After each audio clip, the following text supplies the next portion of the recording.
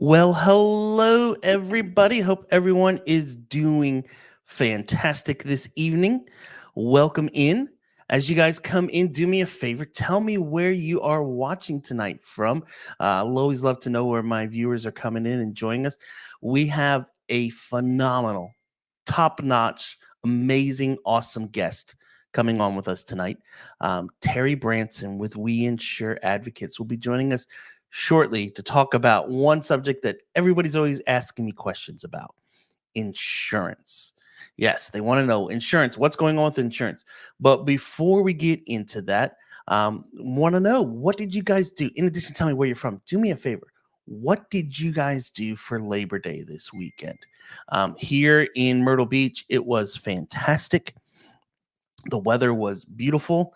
My wife and I took a trip up to some nurseries to get some new plants for some new flower beds, did a birthday party, and then the way we try to finish our summer every year on Labor Day is a trip to Myrtle Waves Water Park to finish out the year. Because, well, what else can you do? It's the last day they're open. And so you got to get as many rides on those slides in, right? So here's let's talk a little bit about what's going on tonight. And first, let's see who's here. My wife's she's already here. Looking forward to watching. Joshua is in San Diego, but moving to Myrtle Beach soon. Welcome in, Joshua. As the rest of you come in, tell me where you're watching from. And while you are doing that, I want to bring in a very good friend and awesome, amazing insurance expert, Terri B. What's happening? Good evening. Thanks for having me, Jeremy. How are you been doing? It's been like years, I think, since we've had you on here. And people I think it's been a couple years. Get that insurance lady back. Get the insurance lady back. So we finally got it done. Awesome. Yeah. Ready. I'm ready. So you know what's coming down the road, I think, here. But before we get into that, tell everybody who you are, what your company is, what you do, what areas you service, and all that kind of good stuff. I'm going to give you this floor to start things out. Awesome. I'm Terri Branson. I'm an insurance agent in the Myrtle Beach area. I've been doing this crazy business for almost 30 years now, all in South Carolina, although I grew up in central New York. Cannot do winters anymore. I now have a team of 4 other producers as well, and we can pretty much cover the entire state of South Carolina, but we usually sit along the coast. So you might find us from North Myrtle Beach to Charleston for the most part, physically, but we do a lot of business by email and phone and text messaging and that kind of thing. So pretty easy to access. And again, like I say, all of my insurance experience has been here at the coast. So I've seen a lot of changes and really understand what it is to navigate the insurance world in the coast. Yeah, and one of the things that I absolutely love is, you and your team just give top-notch service. There's so many companies that are out there, and I've shared with you in the past my frustration. I used to be with one of those big name groups. I won't mention any names. I won't throw anybody under the bus today, but I was with one for, 15, 20 years, and my policy lapsed on my auto insurance, and they couldn't even pick up a phone to call me, let me know.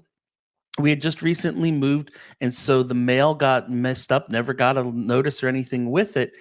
And all of a sudden, 2 months later, I get a notice from the DMV that my insurance was canceled. I had no insurance, wonderful fines, and all those fun things. Your company is phenomenal to work with. Your customer service, taking care of everything, making sure you're always looking out for everybody is one of the reasons I really enjoy. And Terry, you can write with just about any of the major carriers out there, right? You have access to shop them all, right?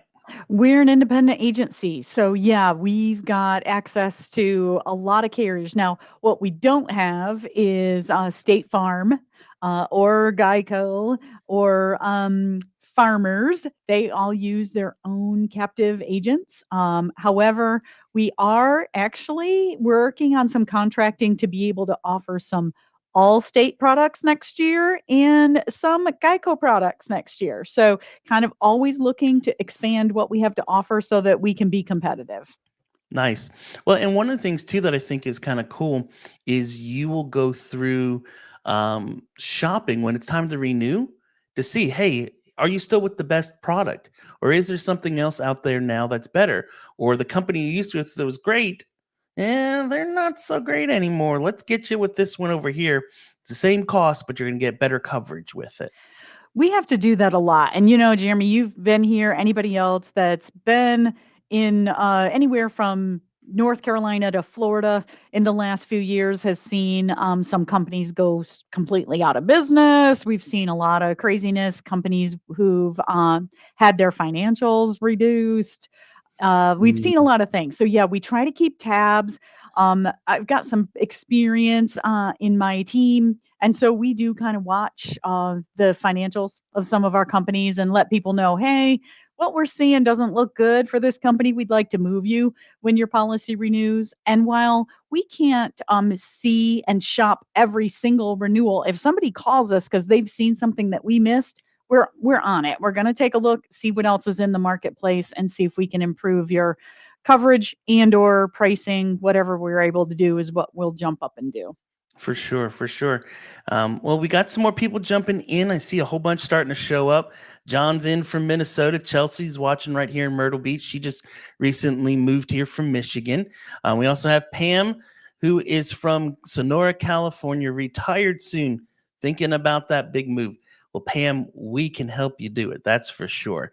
Well, you mentioned, Terry, just a few minutes ago about insurance and how things are going a little crazy. And one of the things that I wanted to just kind of share, I think, to kind of start, why not just go for the gusto right off the bat, right? Go for the tough one. Let's rip the band-aid off. And that is, we hear a lot about the crisis on insurance in Florida. And here's an article that I found just searching on the web. Didn't take me long to do too long to find it. Insurance.com. I would say it's probably a fairly reliable source, just talking about the insurance problem and all the different things. And they talk about in here, why are people leaving Florida and why are they being pulled out and what's going on with it. And, basically what they say, the soaring impact of litigation costs. What the heck does that mean? What is that about? Honestly, Florida, it has pretty much all of the legal issues that started in the Northeast, think New York and New Jersey and all of the personal injury attorneys, they've all moved south. And Mm, Florida in particular has been a hotbed. There have been, in the auto insurance world, there have been just a slew of fake accidents with people, who are allegedly, practically crippled, and they got chiropractors and doctors involved in the swindling. And so that there's these big unfounded lawsuits. There's just a lot of fraud on the auto side and the homeowner side. In fact, there was a carrier, an insurance carrier that has now gone out of business that had colluded with roofers with these really puffed up roofing estimates, and it was a nightmare. And they've had all variety of fraud in the insurance fraud going on in Florida, in addition to unnecessary lawsuits, and that is playing in big time to, in addition to their weather. I mean, we don't, that's before we even talk about hurricanes and tropical storms and sinkholes and everything else that happens in Florida. Litigation has been driving up premiums now for probably at least 5 years. Unfortunately, that's probably going to move to other states. We're not seeing it as badly in South Carolina, but we're getting the other things, all of the weather and the things that drive rates across the country. Yeah, for sure. And in this article, they go on to talk about why are companies pulling out and which ones are. And they right there, you just mentioned one of these a few minutes ago. Farmers, they pulled out. Southern Fidelity, FedNat, Bankers, Lighthouse Property, Lexington, St. John's. They talk here about UPC that had 200,000 policies in Florida. And just all these different companies in there. I know one of the things, Terri, as you're watching tonight and joining in, do me a favor. If you have a question related to anything related to insurance or Myrtle Beach or housing or whatever, just drop a comment, ask us. We're here to answer your questions and see what we can do to help you along the way. But Terri, one of the things that I recently came into here in Myrtle Beach is I had a client who was buying a home, and they were getting their insurance through State Farm. You mentioned them a few minutes ago. And the State Farm representative basically was pulling her hair out because for a while here in South Carolina, even State Farm had put such tight regulations on what policies they would write. State Farm basically said the house needed to have a certificate of occupancy. It needed to be newer than 2013 for the certificate. So if you had a house that was built in 1990 and you found that certificate, which, let's be real, do you even have yours anymore? I never got one. I bought 2 resales. The original owners didn't pass one on to me, so I don't have it. So if you don't have that CO, you're not getting one. You have to then go apply for another one to get it. And the house has to be, was up to 2013 standards in order to get one with State Farm. And so basically what she was saying to us is, we can't really write any policies in our area unless it's new construction. Now, I know it's not quite as bad with them anymore, but have you seen some of the carriers getting that tight with writing on things? I I will say that each carrier sets their own rules and guidelines. Sometimes it seems like they're all going down the same route, and it's not because they're colluding. It really is because they keep trying to determine what are the best factors for them in a home, let's say, in order to, in order for them to price it and still be profitable, and experience whatever loss ratio they're going to have. Um, State Farm has been up and down, up and down. So they're a great company and they write a terrific policy. But I've heard that same thing that you've had. I've also come into people that got what seemed like a really, really inexpensive State Farm quote, but then it didn't include wind. Well, I mean, honestly, you can't live anywhere in the country and not be covered for wind, but it's particularly important for us here. So I do have one company who really only wants homes if they're in any of the coastal counties, all the way, the entire coast of South Carolina. They only want homes built 2 years old or newer. That's all they'll take right now. But at Mm, least we know that going in. So I don't play around with them if I have a house that's 3 or 4 or 5 years old. We yeah. just, we just don't quote with them. Other carriers, though, are getting more picky, not necessarily about the age the house was built, but the age of its roof. So that's a really important factor if people are looking at a resale, is we want to take a look at the age of the roof. And Mm, while people try to say, and I've even had roofing companies say, this shingle roof has a 30-year warranty. Well, you can just toss that aside because the truth is, with our weather, with the heat and just the beating sun and the humidity and everything else that we have, the windstorms, the hailstorms that we get, a shingle roof is not really going to last 30 years. And even if it did, we don't have any insurance companies that'll take a 30-year-old roof. I have difficulty now placing a 20-year-old shingle roof. So it's mm, just something to be careful of. It doesn't mean we can't place it, but the insurance is probably going to be higher if it has an older roof. yeah. So the And you and I have talked about this before. The biggest factor into anything related to homeowners insurance is that age of the roof, right? And then after that, it's what, basically the age of the HVAC. Is that what they I look would at say, next? Or generally speaking, just other updates. And if a house is more than 40 years old, the most of the insurance companies are really looking to see if the wiring and the plumbing have been updated. Mm, Some companies literally ask for it all to have been replaced, which is kind of unrealistic. But if they know that, the outlets have been replaced, that it has a current circuit breakers and things have been inspected by an electrician at some point to confirm that it's all in good shape, that's usually enough.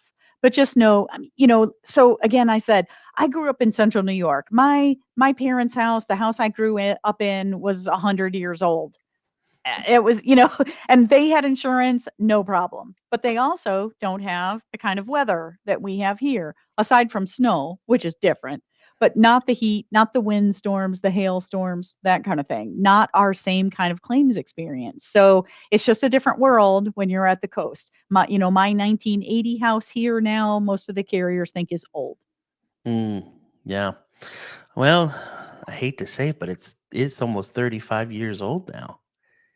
That's getting old. Right. Almost as old as me.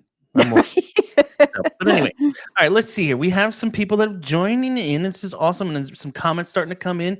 Wayne says, I'm in from Vermont and will be moving to Myrtle Beach next April. Awesome. Great. Wolfie's come in saying moved here from Michigan in 2019.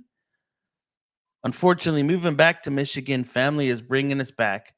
I'm sorry, Wolfie. I really am. Um, Wayne wants to know, is house insurance expensive? And we're going to get to this one in just a minute. I promise, Wayne, because I even found a website that we're going to look at. But first, let's just look at some of these other things. I won't forget your question. I promise, Wayne. Pam wants to know, she says, I have USAA. How's that insurance in this area? Really, Pam, it depends on the exact location that you're in.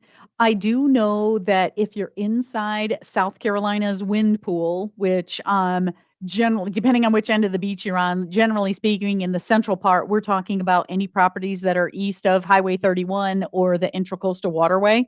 If you're looking a little further north, it bends in just a little bit further. But in Horry County, that's generally speaking what you're looking for is the Intracoastal Waterway.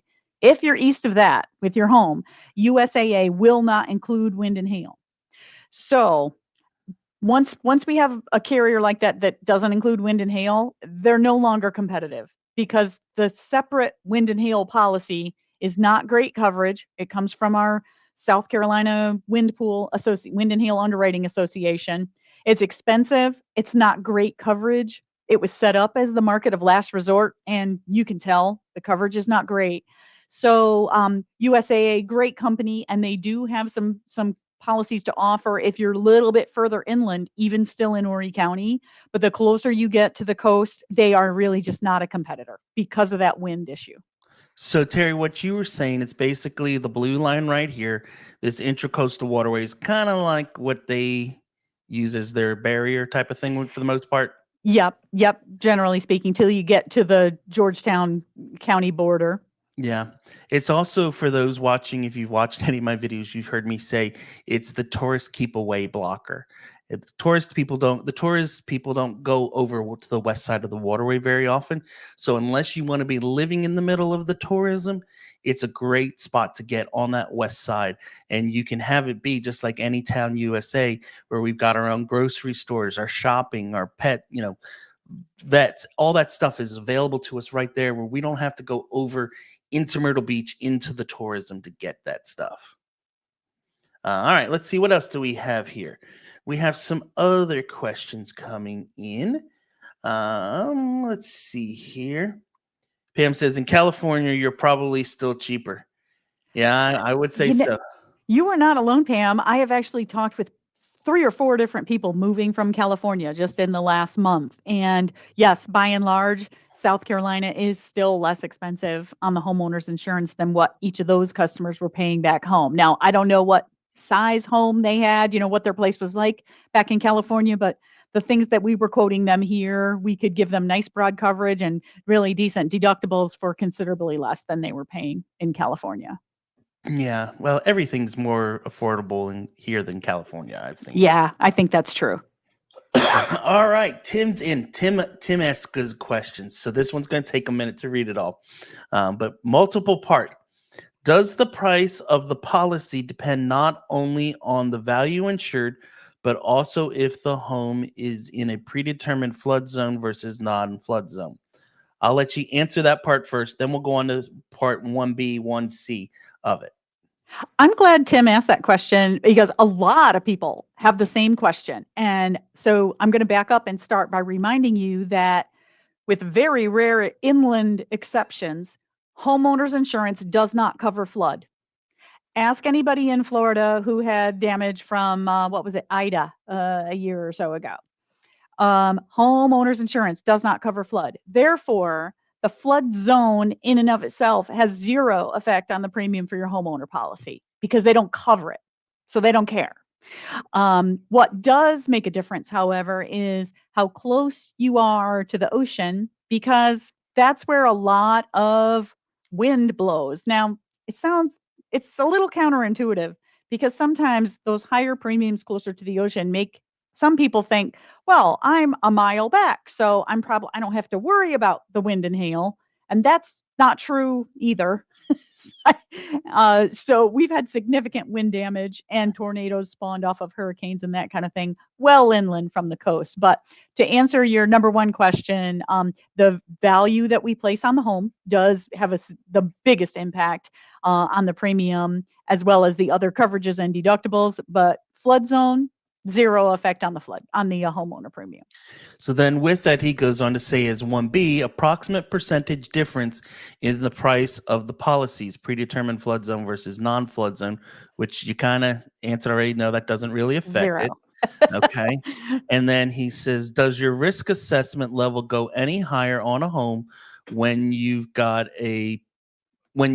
a claim, therefore causing the next owner to have it automatically pay higher premium, or is this rate based solely off of current home values plus location of zone versus non-zone, as would be with zero claims?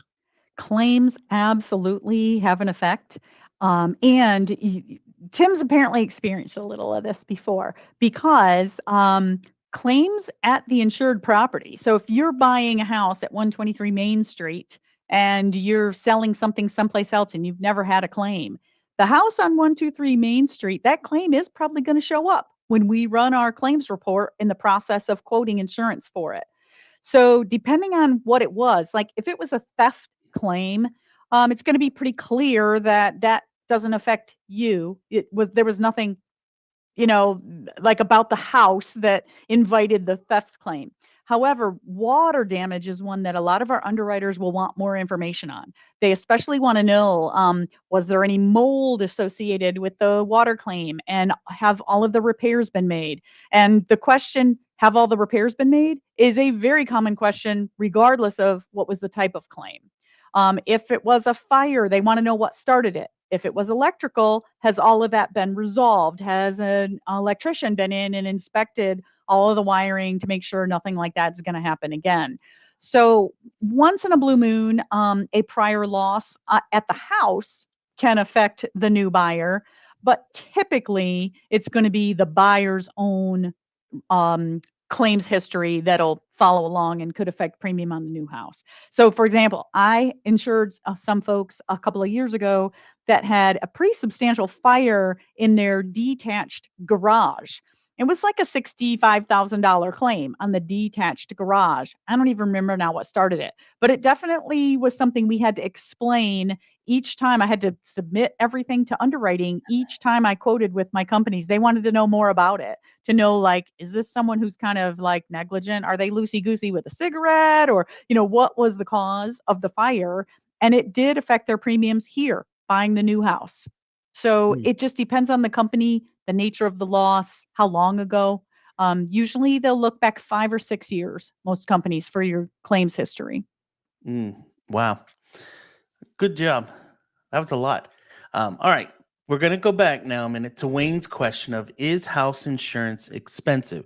And Wayne, I wanted to show you, I pulled up, this was a site when I was just searching for how does South Carolina rate, and this is from Bankrate.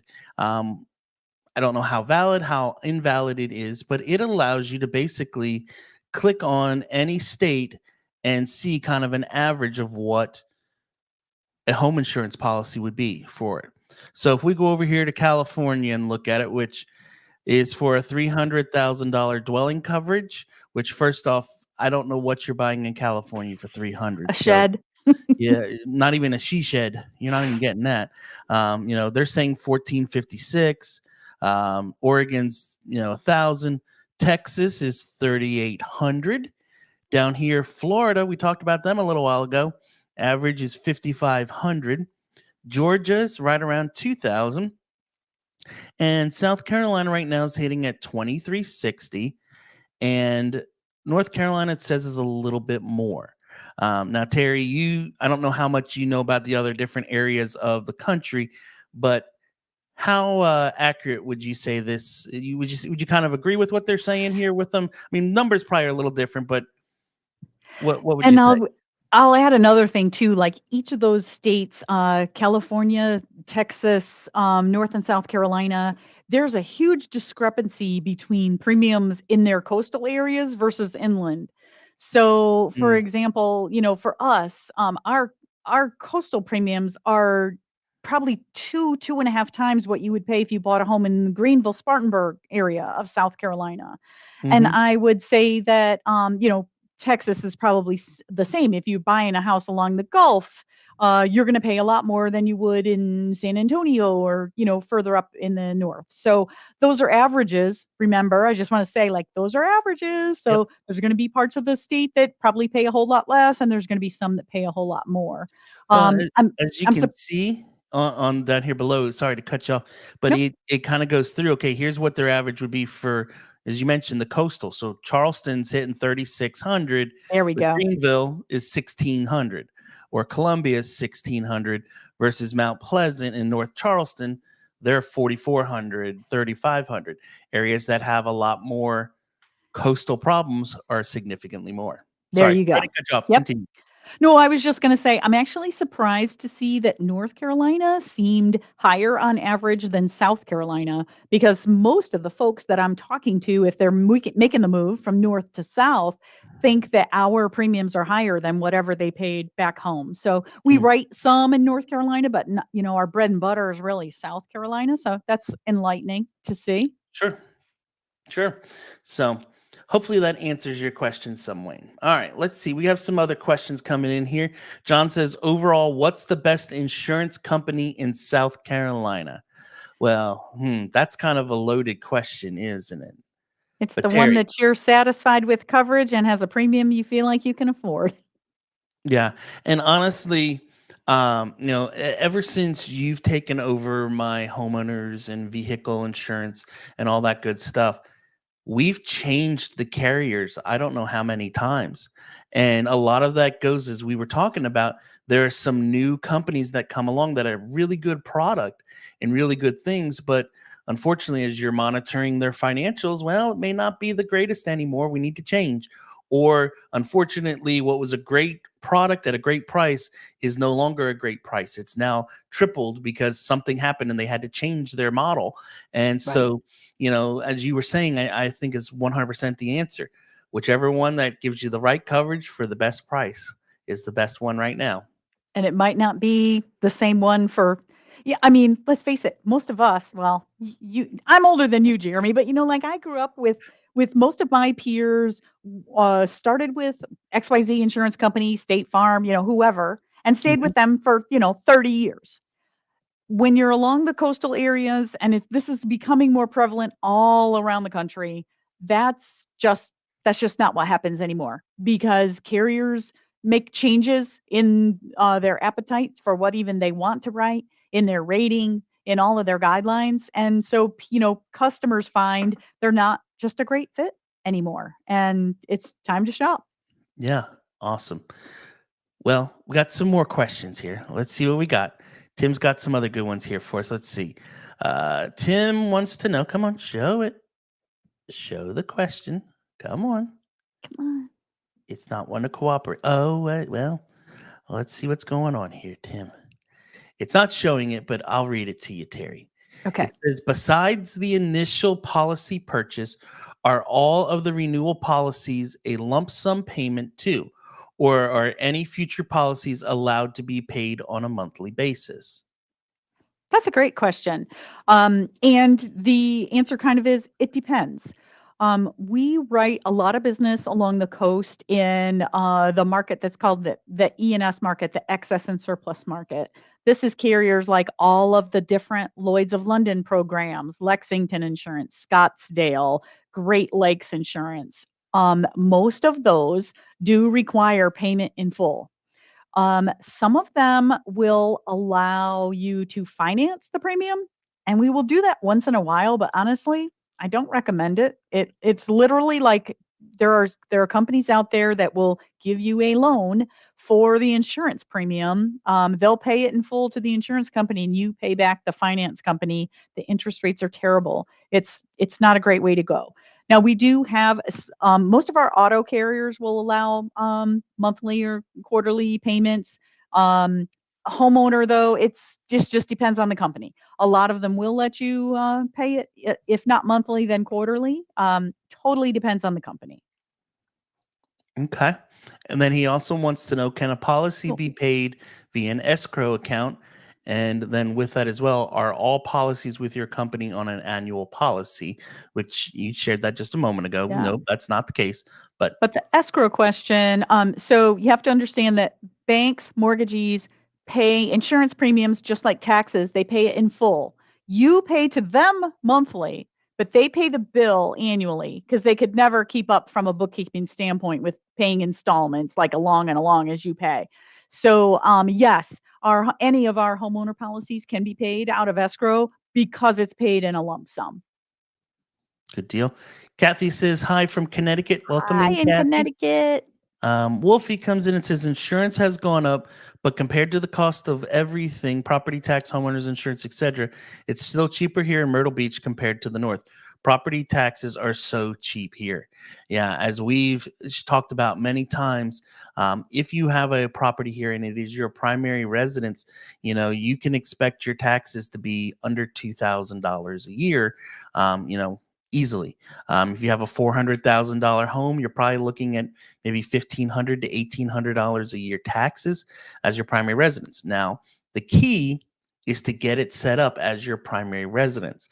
And I'm actually right now working with my team on getting a video and some information together to help people understand the importance of getting your primary residence. I can tell you that if you do not, it's going to be about 3 times the amount of taxes. It's crazy. So, Wolfie goes on to say it sort of balances out, I guess. He said, my homeowner's insurance has gone from 2,000 per year to about 4,000 a year in the last 3 years. Mind exploding. Yeah. Yes. Terry, why is this happening? What's going on? Well, and let me back up too, because I think that's an excellent point that a lot of our residents, after they've been here 2, 3, 4 years, they forget what these costs are when you live, particularly in the Northeast. They're so excited when they move down because everything seems so much less expensive. And especially if they buy a brand new home, then new construction, the insurance on new construction homes is less, all of that. And they forget. So, yes, the homeowners insurance market has seen some substantial increases, and it's not uncommon that I've seen some that have increased. I mean, last year was particularly bad. Our average customer in our book of business took a 40% rate increase. So we had some that were over 100%, more than double. We had some that were 20 to 30, but they averaged out to about 40% last year. And that doesn't mean they didn't increase this year. So I think it's so important for people to consider the whole package compared to living in other places. Another aspect of being in South Carolina is that our utilities are very low. We have some of the lowest electric rates in the country. And that's a big deal, especially because we're all electric. So you don't also have a gas bill and, whatever other things that you use up north. It's all electric, and our electric rates are still very, very reasonable. Our taxes are still low.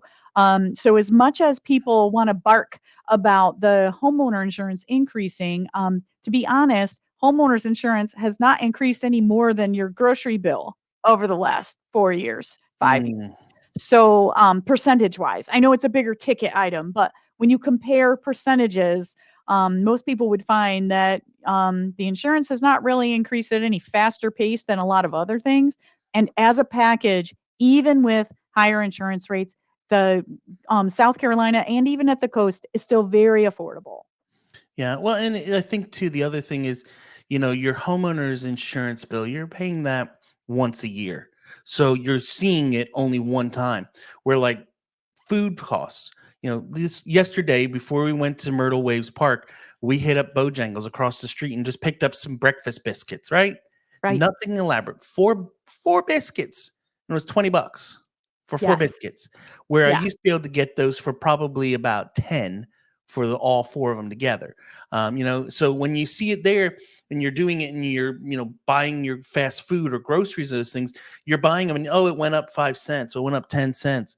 So you don't see it. Well, it went up 5-10 cents this week, and the next week it went up 4 more cents, and the next week it went up 3 more cents, and then it went up 14 more.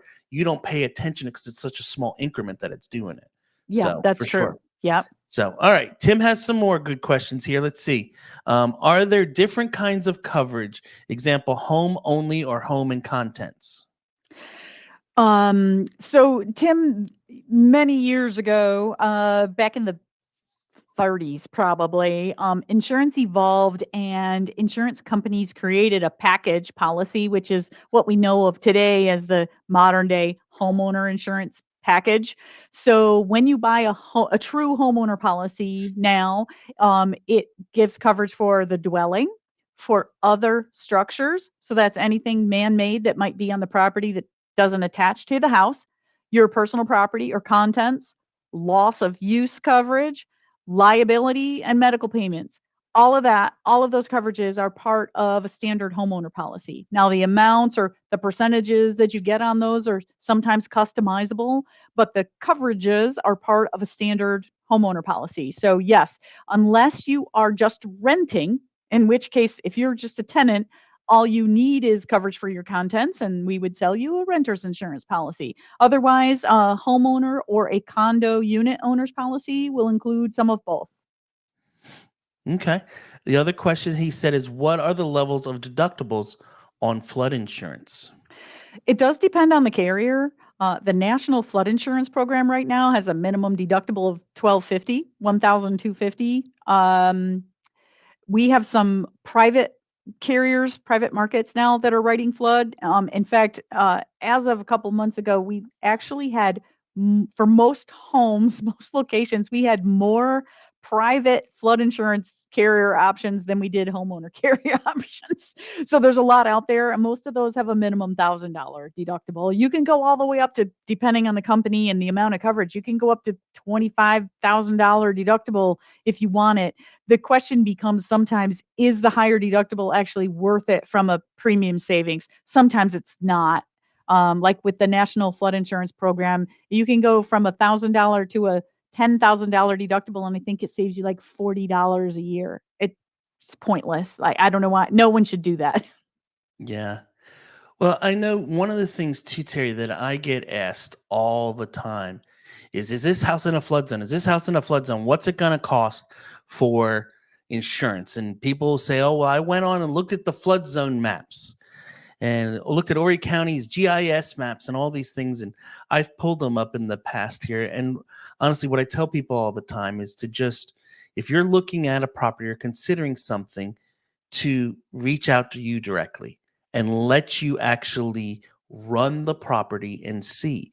The other thing I always share is, and it kind of freaks some people out, but all of Horry County is in a flood zone. And it just Well, like, let's shock everybody more. The entire country is in some flood zone. FEMA has mapped the entire country. So I don't care where you live, you are in a flood zone. The question is, How high a hazard, how much risk is there in your zone? If it's low risk and you have a mortgage and they've never knocked on your door or sent you an email or letter requiring you to carry flood, then you're probably in a B, C, or X zone. Those are all the least hazardous zones according to FEMA. And mortgage companies are not required to force you to carry flood insurance, but everybody's in a flood zone.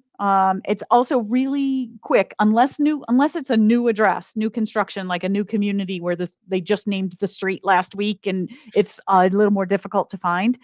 Usually we can pull the correct flood zone in about 2.5 minutes Yeah, online, sometimes less if the system's working quickly. So it's really easy for us to confirm what zone you're in for and let you sure. know. And that was one of the things I was going to say is that if somebody's watching tonight and you want to know, hey, what's it going to cost to have it? Um, Shoot her an email, and I'm putting it right now in the chat. Its email is terry.branson@weinsuregroup.com, and just say, hey, I'm thinking about this house here. What kind of quote am I looking at? And you can give them a rough estimate pretty quickly, and Yep. easily. But I the just one, Here's what I would need is your name, the property address, and whether it would be your primary, a secondary, or a rental. That's all I yeah. need to know. I can look at the listing and get you a ballpark. Well, and the other thing too to take into consideration is if the home is in not in AE, if it's in X in our area, getting flood insurance is not that expensive to add and give you that. I always tell people all the time, get the flood insurance if you can. It gives you good peace of mind. I know some good friends of mine just bought a house and it was valued right around the 300,000 mark, and I want to say it was like $400-$500 a year to add flood insurance onto their wind and hail policy. It was not that much money. Now, if you're in the AE, it's going to be more, right? Yeah, and I was also just going to correct you, Jeremy, because the flood isn't added to a wind and hail policy. It really is its own standalone Right. policy. But if they want to like add it to their portfolio, um, a lot of times it's not that expensive. I will say this though, that FEMA and NFIP, the National Flood Insurance Program, all of the flood carriers, they have finally jumped on the technology bandwagon. So they use a lot of data and satellite data and historical data to determine how likely is any parcel to flood. So it used to be that if you were in an X zone, it didn't matter if you were in an X zone in Colorado or New York or South Carolina. X zones, you could buy this preferred risk package and it would be the same price in any of those places in an X zone. Now FEMA really does look at those and say, oh, but look how close that is to the AE zone, or it's really not that far from the river, or whatever sort, or wetlands, or whatever they consider might be a source of flooding. So I've actually seen X zone premiums for the exact same amount of coverage. I've seen them anywhere from $450 to $1,400, depending on all of those factors. Mm, Still, though, I tell people especially for your first year in a new area, I think it's really smart to buy the flood insurance until you've seen how everything drains when we get a lot of rain, and how well does your neighborhood keep the street storm drains cleaned. All of those things that could potentially cause you to have floodwaters in the house. Take a look. yeah. Be prepared that at least that first year or so.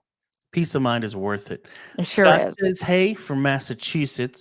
And he has a question. He wants to know, do you offer bundling home and auto? I will say yes, but with a caveat that unlike other parts of the country, a lot of times our bundle just means that you've done both policies with the same office. And a lot of our carriers will still allow what they call a companion discount if you have both policies in the same office, even if it's not with the same actual carrier. So, for example, we might find that the best package and pricing and coverage for the house might be with Travelers, but maybe Progressive had a way better automobile premium. And so we're going to package those together. For us, that's still a package because we can still manage the whole thing for you. I personally am not, it's not important to me necessarily that I see the word discount. I want to see what the bottom line price looks like. And am I getting all the coverage that I need for myself or for my customers? So, yes, we offer bundling, but not nearly as often with the exact same carrier. Yeah, I know from back in the day when I had State Farm, it was a big deal back then that, oh, we have your home and your auto. And so because of that, you're going to get this big deal. But nowadays, mine are not bundled. They're not the same company, carrying either of my homes or any of my vehicles. None of it's, I think we have nationwide now for auto, if I remember last. Mhm. We had Progressive at one point. We had Travelers, I believe, at one point, and it's just which one's better this year, basically, as it comes around. Because, like Right. you said, I'd rather have the bottom line be a lower number than say, hey, I got a discount of 150. Right. So Right. Tim wants to know, can the flood insurance be done via escrow monthly as well, or does flood insurance need to be paid separate since it's not?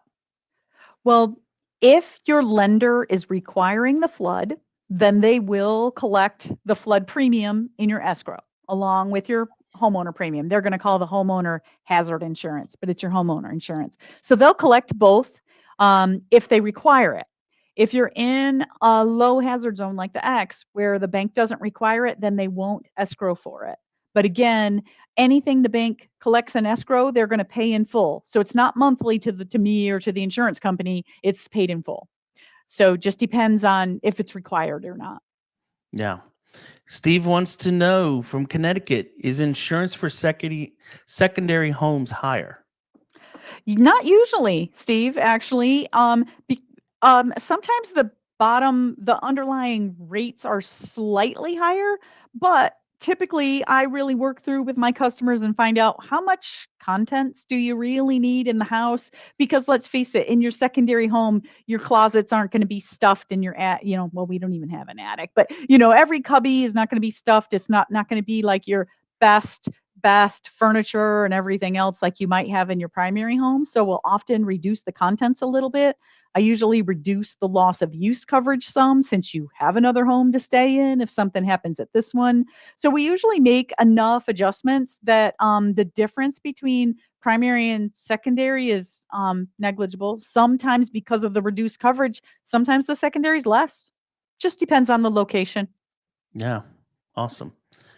Salt and Pepper says North Myrtle Beach insurance is comparable. Central Virginia also had increases more than on the coast in South Carolina. Myrtle Beach is still very affordable. Love our second home in Windy Hill. It's a great spot I'm to sending be. all my customers to talk to you because they don't believe me. Tim wants to know, I guess I should have stated all these questions were flood related. We got you, Tim. We got you. We gotcha. Um, I've heard you can't get a policy during a named storm. Who's the authority you use who says a storm is officially named? Yeah. So this, Television has muddied the waters on that because they name like every winter storm and every dust storm in the West and everything else. But it really is when the National Hurricane Center, in conjunction with the National Weather Service, when they name a tropical cyclone type storm, when they give it a name, that is when it is considered a named storm. And then it really depends on our carriers as to when they will cut us off from being able to bind new coverage. Just a couple weeks ago, we were under threat, and some of our carriers cut us off on Friday afternoon before a couple of my teammates even knew there was a storm out there. Um, so it is true when our area is actually under a hurricane warning or watch, most of the insurance companies will stop us from binding any new coverage. So if you've already bought your policy for a closing coming up the next week, you're fine. It's in place. Everything's good, even if the payment hasn't come yet from closing. But if you have not signed and we have not actually bound the coverage and provided you a binder or a policy number or whatever confirmation it takes, then you're probably going to be out of luck until after the storm goes by. And usually those restrictions last for 72 hours after the storm passes out of the area. yeah, two things on that I will say. First, and I share this with every single one of my clients, once we're under contract, start shopping the policies, figure out who you want, and get it locked in. It's not like an interest rate for your mortgage where you're waiting for the rates to drop down or something like that. That doesn't happen. We're not the same thing. The other thing that I always share, and it's at that time where we have to say it, in Ed we trust. When it comes to Yes. anything tropical storm related, this is the guy that you follow and you want to pay attention to. Here's the one that he posted today at 3 p.m. on Tropical Updates. And for those of you that may not be able to read it, I'll read it to you. It says, "Yet another day in September without a name stormed in the Atlantic, and I'm okay with that. There are 3 areas to watch, but none of them are likely to develop over the next 7 days. That's remarkable given that the peak of hurricane season is on or around September 10th. From west to east, here's a look at the disturbance." And then he goes through talking about all the different disturbances, and you can see they're in the yellow here on the map, and basically giving kind of the probability of this developing and all of that kind of stuff. But when it comes to it, and Terry, you kind of mentioned it a moment ago, but I say it all the time: do not listen to the Weather Channel for anything No. related to storms. They want to They will get hype, clicks. hype, hype. They want ratings. They want people to watch. Yep. Yep, exactly. And as I was sharing a little bit ago, if you guys want to reach out to Terry, there's her email. It's Terri Branson at WeInsureGroup.com. She can help you with it. All right, here's another good question. This one's from Linda. Linda said, "Hello, I was quoted $147 a month for insurance on a new loan. USA quoted $262 a month. USA said they pay out full versus others who percentage. Does that sound correct?" I think I don't have enough information, because I'm not sure what they're saying that they would make a full payout versus a percentage. Does the house have an older roof? Because I It's a do brand have new construction. brand new construction. Okay. Yep. Um, I know this because this is my client, Linda. Okay, gotcha. Um, without looking at the quotes, I could not tell you. And I also doubt that USAA could speak about another carrier's coverage very well either, because USAA only writes USAA. Linda, what I would suggest is call Terry. If you don't have her number, send me a message. I'll get you hooked up with her, or shoot her an email and let Terry shop the quotes. And then she can and you can email her what you have from USAA, and she can then put all together. And once she can see apples to apples, she can tell you exactly what's going on. And she don't mind doing it. Even if you don't write with her, she's still going to help you out to make sure things get done right. I was just going to say that anyone on my team does the same thing. Like, we are happy to just review your other quotes. And if we think we've got something, we can shop it with our companies too. But if you have something from another carrier or broker that we just can't compete with, whether it be for coverages or pricing, or if we know a little something about the carrier, we're going to tell you.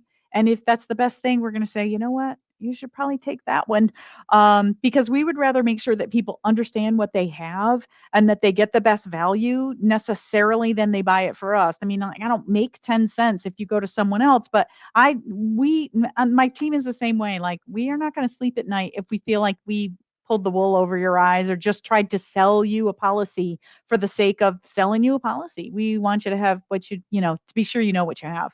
So we Well, are happy to look at other quotes and compare. and I think, Terry, I've heard you say this before, with clients of mine that have been in the office, that you've stopped by and they've asked a question or something. What you said is so true. Listen, I'm going to see you in the grocery store. I'm going to see you at Walmart, and I want to be able to look you in the face and smile and know I gave you the best advice. I gave you the honest truth instead of just doing whatever it would take to get a sale. Yep. The other thing with that too, on the other side of that, is that if you do have questions or something doesn't make sense, you have someone here local that you can call and talk to, versus an 800 number somewhere where you're talking to somebody who has no clue who you are, what your situation is, what's going on. What And your if neighborhood is like. Right, exactly. Or if you just, yeah, and I've seen that, we've had that happen before, where somebody had a quote. I remember this, where they had this quote and it was like way, way, way cheaper. And I sent it to you. I'm like, Terry, what's going on? And you started looking at it and you're like, well, Jeremy, that's because it doesn't have this, this, and this isn't going on, and this is missing, and they don't have this right, and they don't have this. And when they start to go in and correct all of those things, that's going to change. So, and sure enough, it did. And guess what? They ended up calling Terri anyway. Terri wrote the policy and they're happy as can be now. So, all right, let's see. Tim's got some other stuff here. What source do you use to determine the value of the home in order to know the replacement cost and to determine how much a policy will cost? Several of our carriers have a built-in replacement cost estimator tool. So it's an electronic tool. It's part of the reason why we ask you so many questions when we're first getting to know you and asking all about the property. We will ask the square footage, the year built, some of those things I can't see online, especially new construction. You might have built, chosen different features on yours than the quote standard model. So we ask about what kind of flooring you put inside, what kind of countertops in the kitchen, what kind of countertops in the bathrooms. Do you have a screen porch? Do you have a 2.5 car garage? Because we use all of those details to plug in each of our replacement cost estimators. And honestly, they're pretty good. I can usually do, say 3 different ones, and I'll usually be within a 10% ballpark of the same if I'm answering everything the same way. So we use those tools more than anything. Sometimes if someone has an appraisal at an early enough stage, I'll take a look at it. But honestly, the appraisal is more for the bank. And a lot of times those appraisers don't even do a cost approach on their appraisal. They'll only do a market value. And honestly, I'll ask the purchase price more so that I can explain to you why there might be a difference between the market price or your purchase price and the dwelling coverage on your policy, because they're often different. We want to ensure what it costs to rebuild that house. We don't concern ourselves on the insurance side about the value of the lot, the location, the amenities, how you can golf cart ride to the beach. None of that matters to the insurance. We can't replace it with money.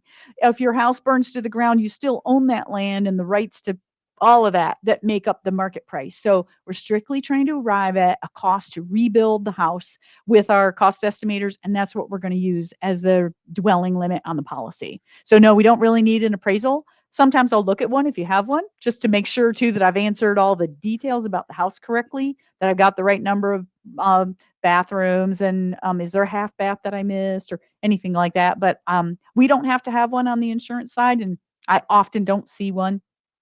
Yeah. The other thing I would say is this, and just while you were talking, it made me think of it because I remember having a client who said, "No, I'm going to get my own insurance." And the insurance person was not here local, did not know our area, did not know anything about the house. And like the person sent me this email from the insurance carrier, and like they were asking me what type of drywall was hung in the house. Was it sheetrock? Was it this? Because they didn't know any of the answers to the things. And I'm like, I don't do this stuff. Let me go ask Terri some of these things. And they wanted to know what type of shingle was on the house and all of these different things, where because you're here in this area, about 95 to 98% of the houses are all going to have the same type of construction inside. And if it doesn't, they're going to use that as a big selling feature to tell you why they have this instead. So all of that information ahead of time. So Yeah, that once one was again, funny that they were asking the customer the weirdest questions about yeah. the house. And I want to say it was Like, no customer's like gonna know Progressive. that. I think it was I like don't remember. Progressive on that one. I don't remember. I But don't anyway, remember either. Mark says, if you lived in the Conway area, what type of difference are we talking about with the house built to a 2013 building standard compared to the current building standards? There isn't any difference. Horry County hasn't made any significant changes to their building codes for residential that would affect the insurance premium. There you go. The only thing I can say, though, is if you buy something newer, you're going to get a bigger new home discount on the policy, and is automatically has a newer roof as well. So the newer homes get a new home discount. Just be aware when you see that new home credit on your policy, whether it's listed or not, if you've bought new construction, that's going to start dropping off each year. So let's say it starts at 15%. Well, next year it might only be 12%. And the year after that, it might be 10%. It's going to drop down. So even without anything else changing in the marketplace or in your coverage, your homeowner premium is going to go up as that discount wears off. Gotcha. Well, Linda says she's going to email you tomorrow. So I'm she'll in. reach out to you. Let's see here. Tim says, I thought you said Ed was the authority, not the weather station for named storms. Why did I ask Terry B? I'm telling you though, if you're not already here, it doesn't matter because you can see Ed Piotrowski from wherever. I have friends that follow him from all different parts of the country. If you want just non-hyped, true weather, watch Ed. Now he doesn't name the storms, the National Weather Service does, but at least he gives us true, accurate reporting. He doesn't get all excited. You'll never see him looking like he's out on the street being blown away and it's nothing. He's excellent. There's just nobody better. Yeah, he's lived here and he has been the weatherman for I don't even know how many years he's been in this position. A long, long time. He's He's been in been this through market a long many time. Yeah. He's been through many, many storms. He knows it. He, like you said, he's not going to hype things up just to get clicks or any of that. He gets paid the same amount whether he has millions of views or 50 views. So to Right. him, it doesn't matter. He's going to be legit. And what I like is that when there is those storms out there that are coming, he will do on a nightly basis as you get closer to the storm a Facebook Live and answer people's questions as best he can, and there'll be thousands of people who jump on those. Yeah. So definitely, pay attention. So Tim wants to know, can a flood policy be reconfigured mid-year for a higher/lower valuation of coverage or deductible? That kind of depends on if it's National Flood Insurance Program or a private market, and also if we are in hurricane season, because some of them don't let you reduce the deductible during hurricane season, and some will only let you make deductible changes at renewal. But typically, if there's a reason, if we can substantiate that with, say, a new cost estimator or something showing that the dwelling coverage needs to be changed, most of them will allow that endorsement. Yep. If it's additional premium for increasing coverage and there's an additional premium, they'll require that to be paid in full, and it typically would have a waiting period as well. Yep. And then he also wants to know, is flood insurance policy cost based only on rebuild, total cost of land, and home? Insurance is never going to cover the land because you still own it. Can't be demolished by anything that we're covering with the in policy, whether it's homeowner or flood. So, yep, flood is based on what our estimate is to rebuild the house, plus your contents. Yeah. And Mark wants to know, you mentioned that some companies won't insure if your roof is older than 20 years. Do you see as an increasing trend like Florida, where some companies dropping that down to the 12 to 15 years now? Mark, in Florida, there are companies down to 5 years. So you know what that means? They're just dropping people or not taking new business. That's essentially what that means because it's so ridiculous. Nobody's replacing a 5-year-old roof. But we have one company right now that will not take a roof. Basically, once it hits 5 years, it's not acceptable to them unless it's a metal or tile roof. I should include that caveat. So really the sweet spot for us is I start asking a lot more questions if the roof is 15 or 16 years old. Once we hit 18 or 19, I have fewer carriers that'll take it. 20 gets really hard. I have maybe 2. So it's just about an availability of coverage. And yes, we are going very similar route to Florida, I'm afraid. And part of the reason is because it's some of the same insurance companies.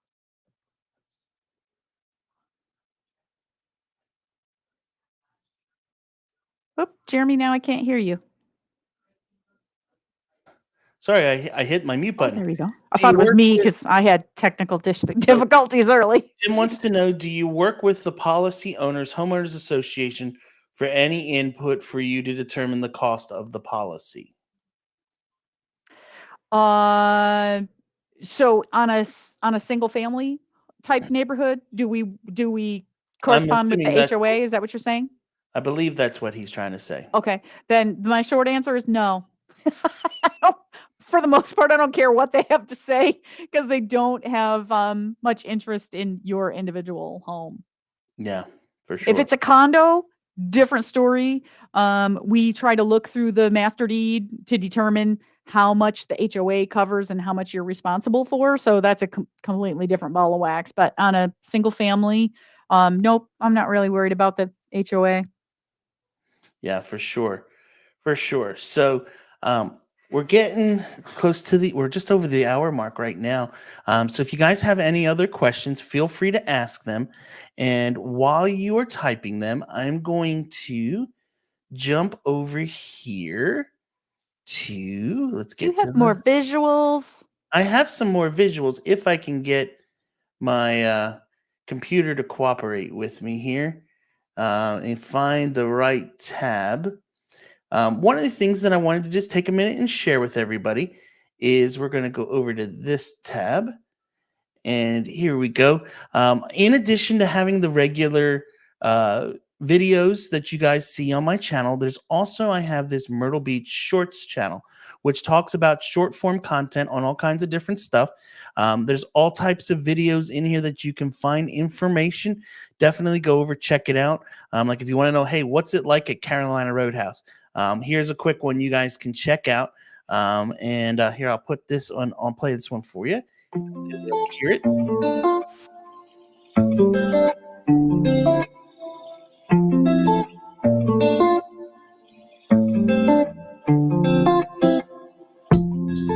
And so as you can see, it just kind of shows a little bit of what it's like in the restaurant. You know, you can see different things. We have ones like this. There's also going to be some great ones on this channel if you want to see, well, hey, like, what's the Greg Rolls like in Myrtle Beach? There and check it out. It was there for one of their free shows. There's one on that. In addition, there's some stuff from my videographer and I where we talk about our favorite spots to grab food, whether that's, you know, where's a good lunch spot. Here's one of his that he did on. All right, so locals lunch secrets. Number 2 here in Myrtle Beach. That has to be Gino's Pizza. Why? Because it is the best deal, bar none, for local food. You're going to get 2 slices of pizza and a fountain drink for $6. $6. This, you're not eating something out for the gas station. This is not. So there's a lot of really good stuff on this channel for you guys to check out. So go over there, check it out. You can just search in YouTube, Myrtle Beach Shorts, and you'll see my face up at the top on all the different short form videos that you can check out. In addition to that, I also have another channel, and let's see if I can get this one to work. If we click over to here and check this one out, which this one is the home tours that are going to be out there of all parts of Myrtle Beach, where you guys can see videos of all different areas. We have some that are just going to be driving tours, or like here's one of Berkshire Forest or the farm. You can check it out. I'll make it so you guys can get full screen, kind of driving around the neighborhood, talking about some of the different stuff. I share a little bit of 4-bedroom townhouses with garages to single-family homes. There's a lot of really good stuff right here that you can check out in the Myrtle Beach area. So go ahead and check that one out. Yeah, Terry. I'm going to give a shameless plug because WeInsure Advocates also has a YouTube channel. And while I am not nearly as tech savvy as Jeremy, I do a weekly minute and a half video that we call an insurance nugget. And I think you'd find if you watch some of those, you would learn some things, particularly about coastal insurance, but just about your insurance in general. So check that out too when you have a minute. Well, we're going there right now. Go there. We're going to go check it out. So let's go share that. Here we go.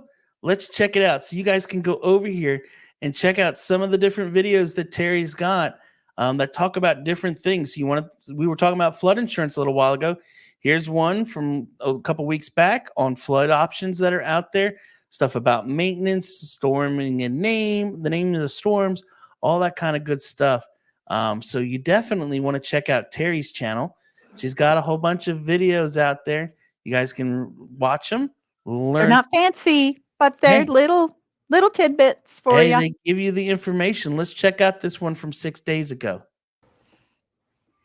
Hey there, Terri B here with today's Insurance Nugget. Many people think that comparing coverage limits and price are the only aspects of an insurance quote or policy that matter. The fact is, policy language can vary widely from one carrier to the next. As an example, last year, many homeowners found out that So there their you go. policy did not cover wind. You can check out stuff like that from Terri. Definitely look her up. It's just WeInsure Advocates. And here's what it looks like at the top of the page. So you guys can go check out Terry's stuff as well. Good deal. I didn't realize, Terri, that you had that. I'll have to start sharing some of those too. All right, cool. Let's see. We got some more stuff coming in here, some more questions. Let's see here. Terri, thank you, Terri, for answering a lot of questions. I appreciate your time. I will look you up in the winter.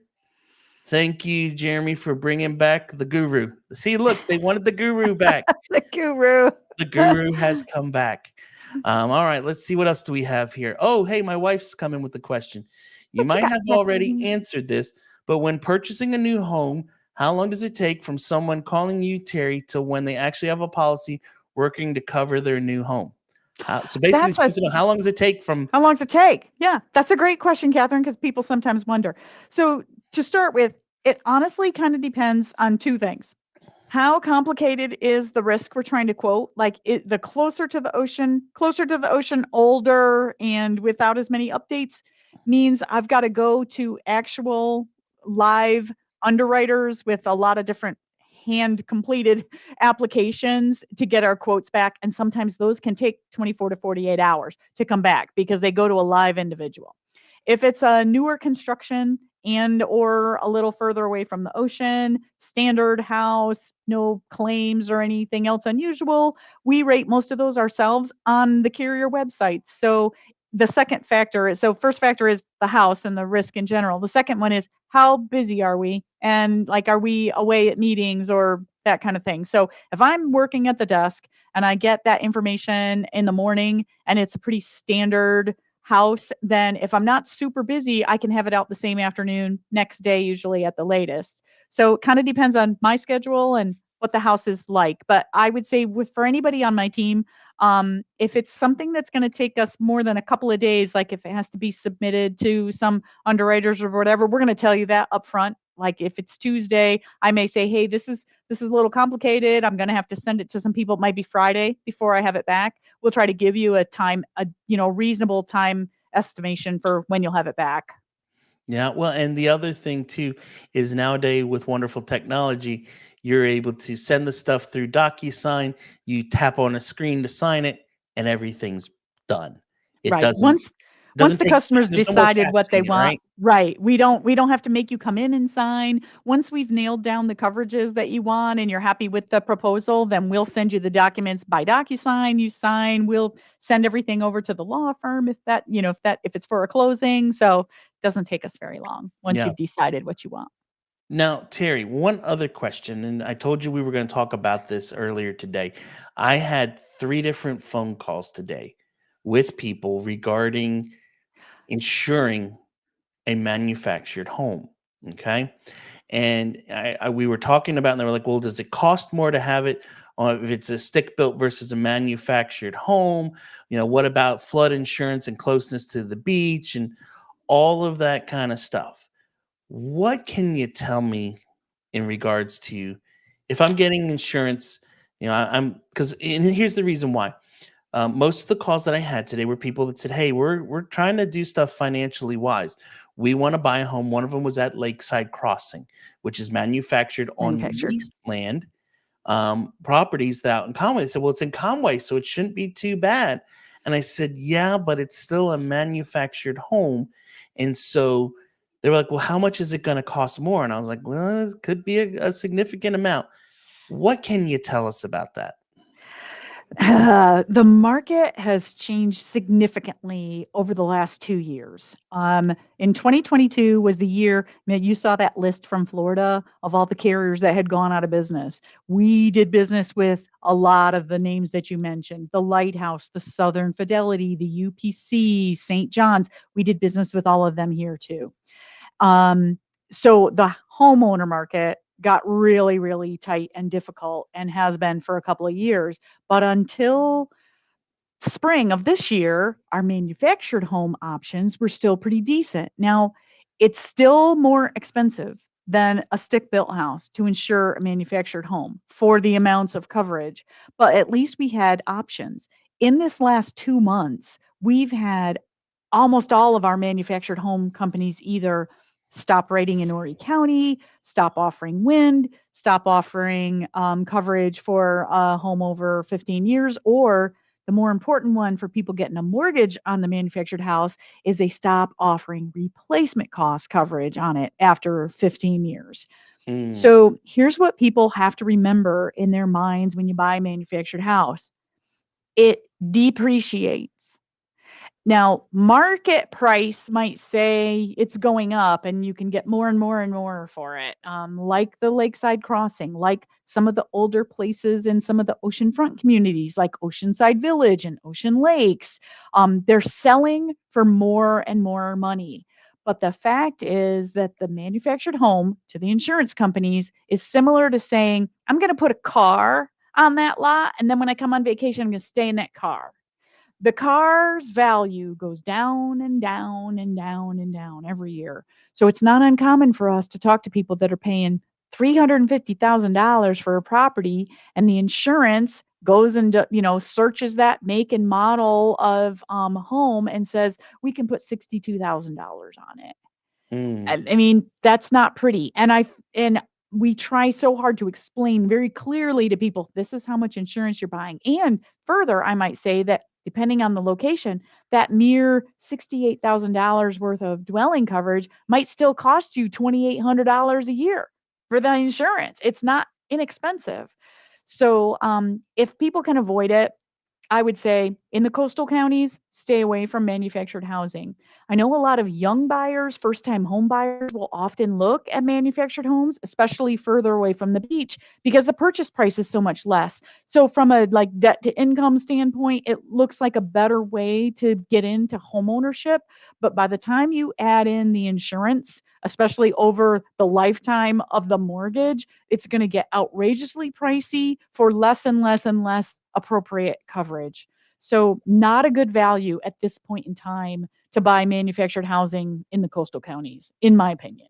Yeah, and that was one of the conversations I had today with a gentleman that, hey, we want to buy in Lakeside Crossing because we want the amenities and we want all of the things that they offer. And I was explaining to him, I said, well, first off, I said, your insurance is going to be extremely high, but then also you're paying a lot rent in there, which that's you. So no, you don't have a mortgage, but you have a rent every month after you're already spending your $275,000 to purchase this home. Yes, it looks pretty, and yes, you're going to have that, but maybe we should look at getting a stick-built home, move a little bit farther out in Conway, maybe go a little bit north up to like Auberon Woods where D.R. Horton is building.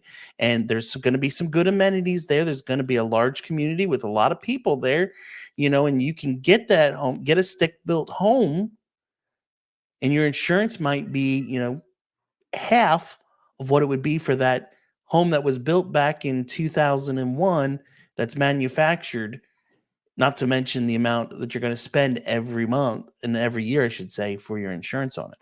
Yeah, I think that's really much better advice. Now that doesn't mean that the market may not change at some point, but for right now, not the smart way to go financially. Yeah. I mean, if that's all you can afford, so be it, and you want to get to the beach, then so be it. That's, the Just way to get there.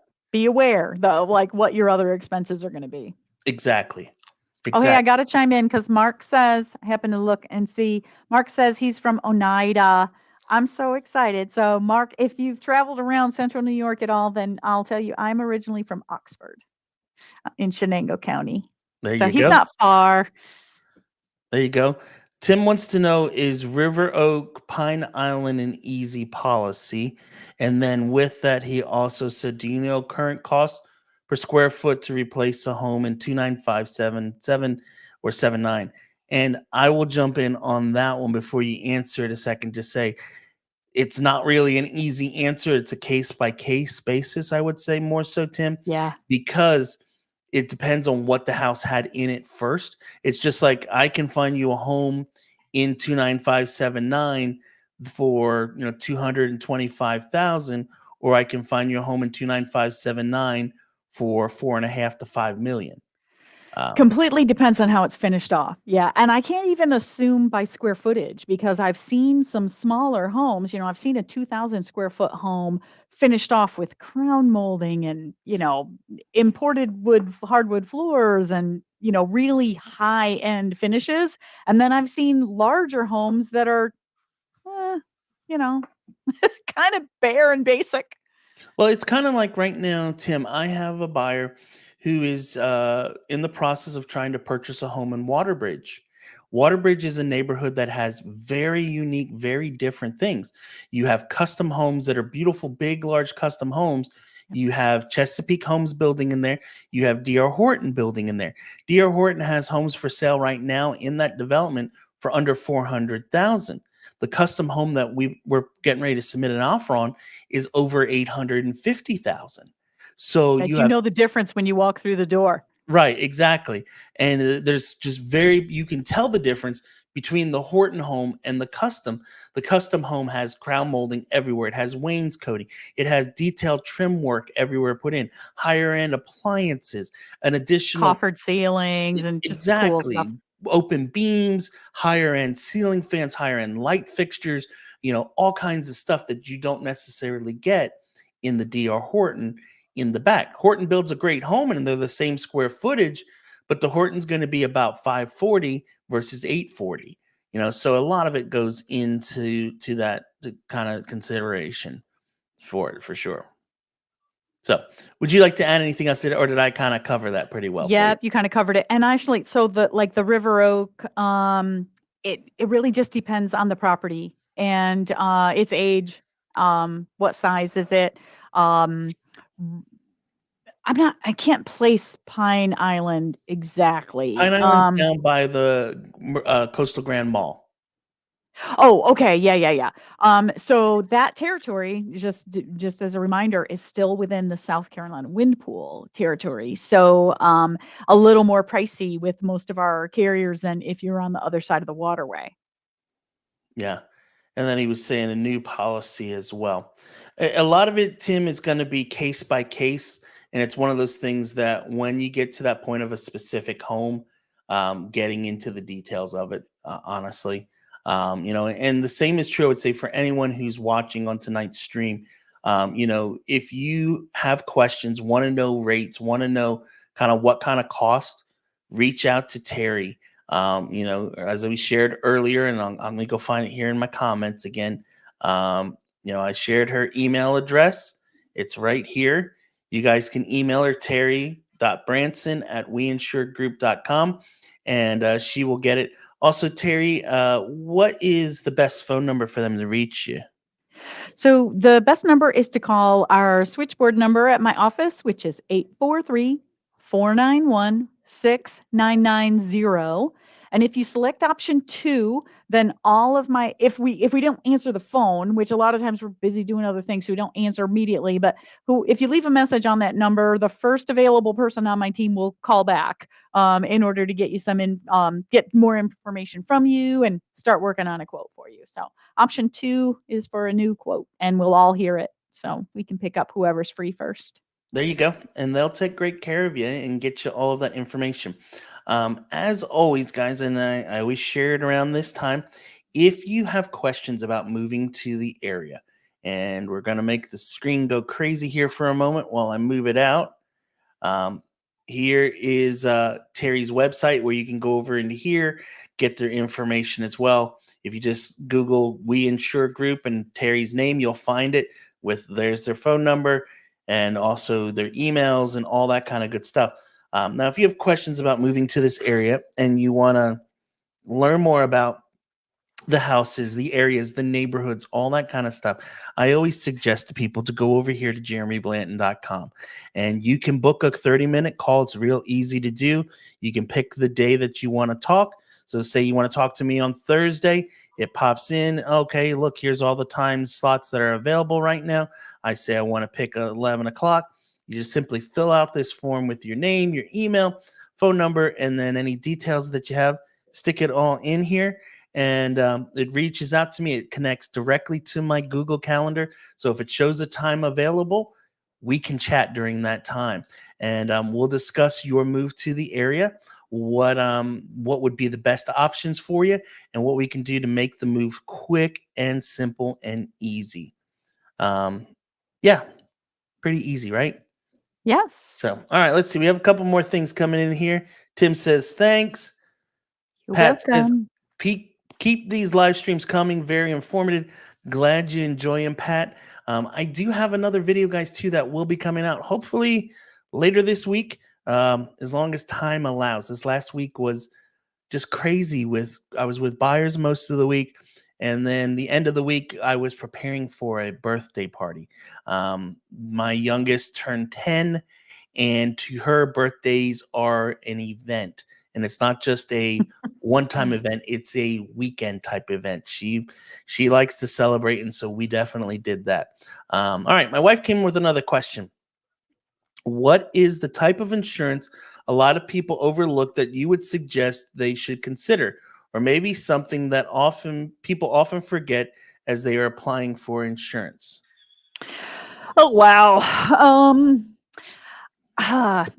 There are several add-ons to a homeowner policy that most of my team will usually include, but a lot of people don't know what they are unless they ask us to walk down through them. So those include things like water sewer backup, personal injury, replacement cost on the contents. There are several. So along that vein, I would just say,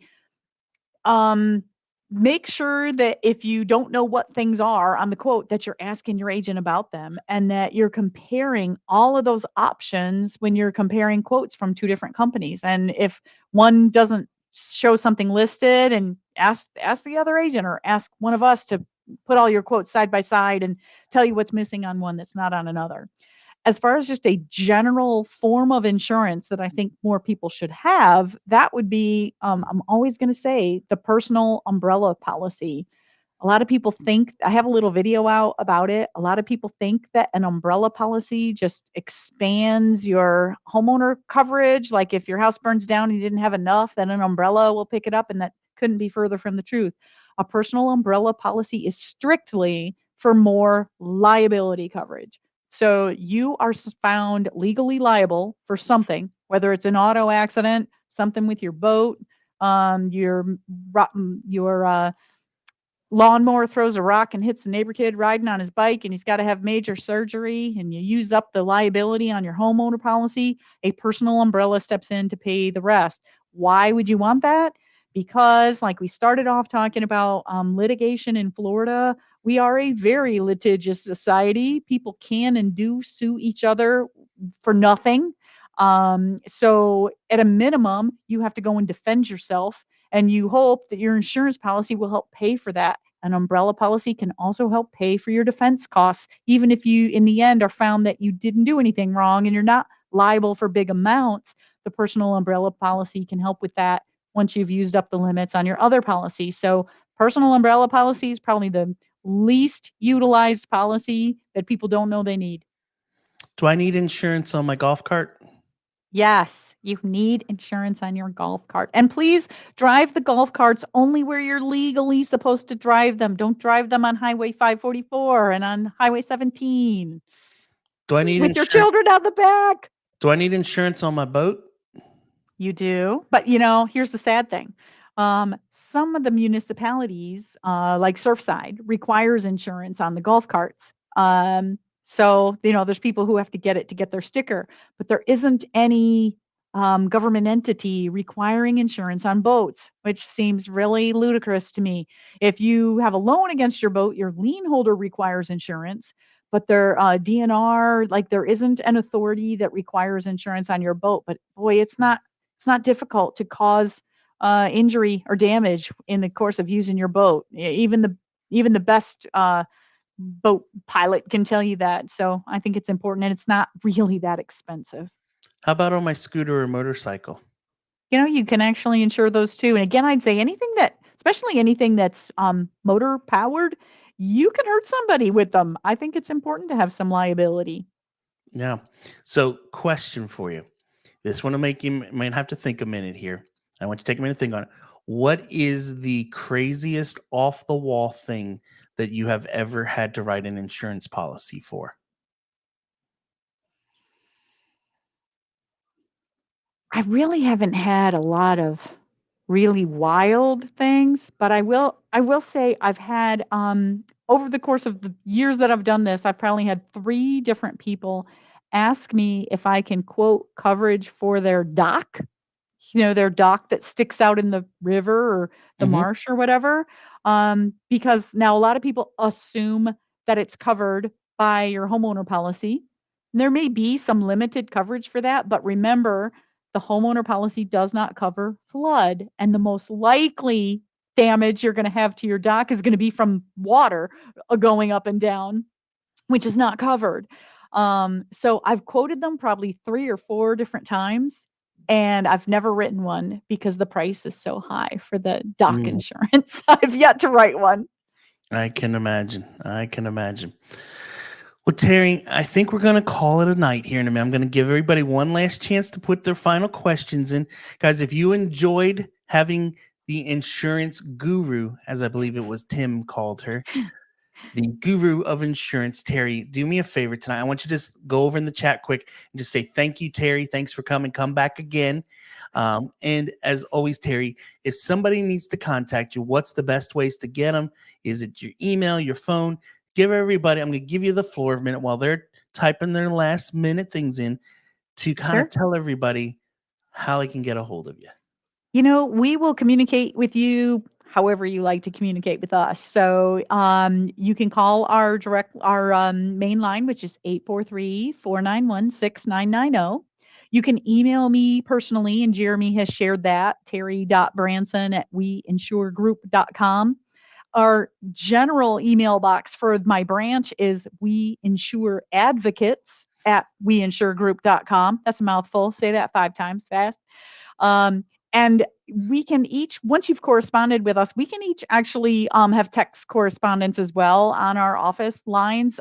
The 6990 number that I've read doesn't take them, but any of our individual extensions can. So once you've started working with somebody on my team, we can communicate with you by text if you prefer that. We'll reach out and communicate with you however you like to be communicated with. Just let us know. Awesome. Awesome. Well, Terry, I appreciate you coming in. Oh, there's a couple here. Oh, yeah. Here. I knew this question was going to come at some point. Any tips for parents of new teenage drivers? How can we keep from paying an arm and a leg? And with that, too, the other thing, Terry, that I would say I want you to talk on is one of the comments that I get from a lot of people is auto insurance seems to be so expensive in South Carolina. Why is it? Auto insurance is expensive in South Carolina. In fact, my brother is in Pennsylvania. He just sent me yesterday a Kiplinger article about the states that are highest in insurance, and South Carolina was number 2 in the Wow. country. So a lot of people move here and they're, wherever, fill in the blank. I'm from New Jersey. People can't drive and our rates are so high, and they simply cannot believe, the rates we have in South Carolina. Other people are thrilled. It just depends. There's a lot of things driving auto rates. A big part of it, honestly, is distracted driving. I mean, everywhere you go, if they're not holding the phone, people are talking on the phone hands free, and that's still a distraction. I admit, like, I have phone conversations too while I'm driving. I'm using the hands free, but you're not putting your full focus on the road when you're deep in a conversation. So that's a part of it. We have a good bit of the population that at any point in time are driving impaired in some way, whether it's from medication. It could be perfectly legal, but they're on medication that's maybe not acting like it should, or they've been drinking or doing drugs or whatever. So Mm, there's all of that, like driver habits. But another big factor is just that car parts are way more expensive. Every part of our cars now have sensors and detectors and signals and everything else. So, 30 years ago, if you ripped off somebody's side view mirror, you could literally go to the, junk the wrecked Pick and car pull, place, yeah. pick apart, whatever. Yeah. Pick and pull and grab another thing and put it on, and it might cost you $20. I mean, now those have sensors, they move, they have defoggers, they have lane assist. There's so many things. Even a windshield, an average windshield, might used to be $200, and now they're $8 to $1,200, because again, they have antennas in them, they have sensors, some of them have a heads-up display, they have to be recalibrated when they're replaced. So every auto accident, no matter how minor, the cost for putting people back together and putting them on the road is so much higher. So we've got that, and that's the liability. Like, people say, well, my car's older, why is my insurance not going down? Well, because you might also hit, the new cars coming out are way more expensive. I mean, if you total somebody's Tesla, we're out a lot of money from the insurance side. Don't hit those cyber trucks. Don't hit the Cybertruck. Exactly. Because those costs have gone up so much more, and that's your liability. That's the biggest driver of premium now on the auto policy.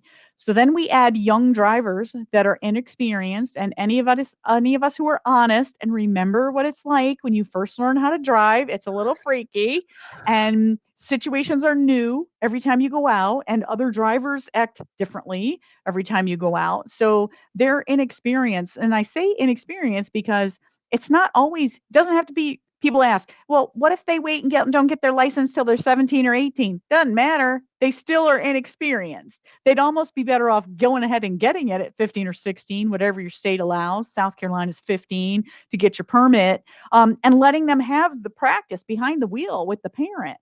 Even if you don't let them get their full-time driver's license, like, let them get that permit so that they can drive with you and have more experience and get that comfort level under their belt.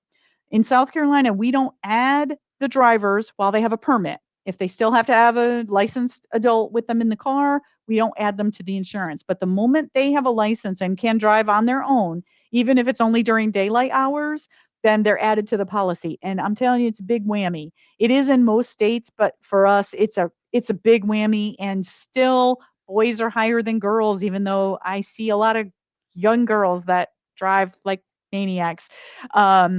It's expensive. So the things to do to minimize it, it's still going to hurt financially. I promise you, no matter what you do, all the things, it's still a huge, huge expense.